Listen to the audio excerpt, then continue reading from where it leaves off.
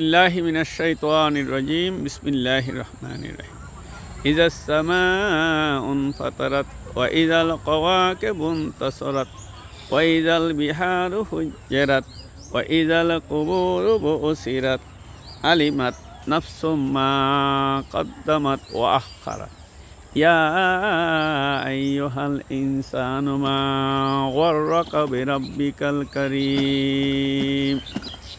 ওয়ালাইকুম সালাম। বলা হচ্ছে যখন আকাশ পেটে চৌচির হয়ে যাবে, যখন তারকাসমূহ বিক্ষিপ্ত হয়ে যাবে, যখন সমুদ্রকে উলট পালট করে দেওয়া হবে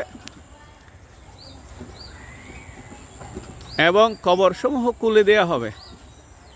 হে মানুষ, দুনিয়ার কোন মোহ কোন মায়া তোমাকে তোমার সেই মহান রবের কথা বলিয়ে দিয়েছে? এর আগে বলা হচ্ছে যে সেদিন মানুষ, যেদিন কবর খুলে দেওয়া হবে, সেদিন মানুষ তার আগেরও পরের সব কিছু জেনে যাবে। আগেরও পরের মানে দুনিয়াতে যত কামাই করছে, পাপ গুনাহ সব কিছু সে সেদিন ভিডিওর মতো করে দেখবে, সব কিছু দেখবে।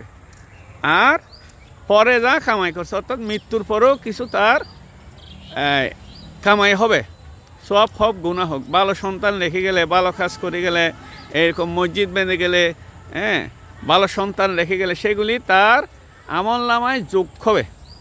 আর যদি খারাপ সন্তান রেখে যায়, ওই যে সাসারে মারে, মদ খায়, জুয়া খায়, আড্ডা করে, ইয়াবা খায়, তারপরে মানুষের জায়গা দখল করে, মানুষ খুন করে, সাফাতি দিয়া গুলি করে, এরকম সন্তান রাখি গেলে সেগুলিও তার কবরে পৌঁছবে।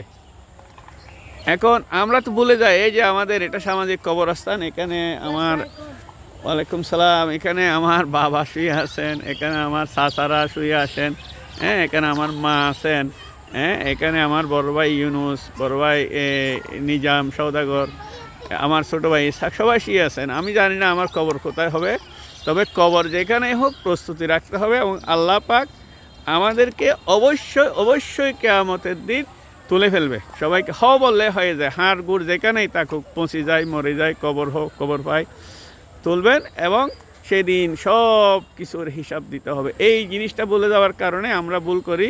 আল্লাহ আমাদেরকে এই যে কবরস্থানে যেতে হবে, মরতে হবে একদিন, সেটা যাতে আমরা বলে না যাই। আল্লাহ আমাদেরকে তৌফিক দান করুন। আসসালামু আলাইকুম ওয়া রাহমাতুল্লাহি ওয়া বারাকাতুহু।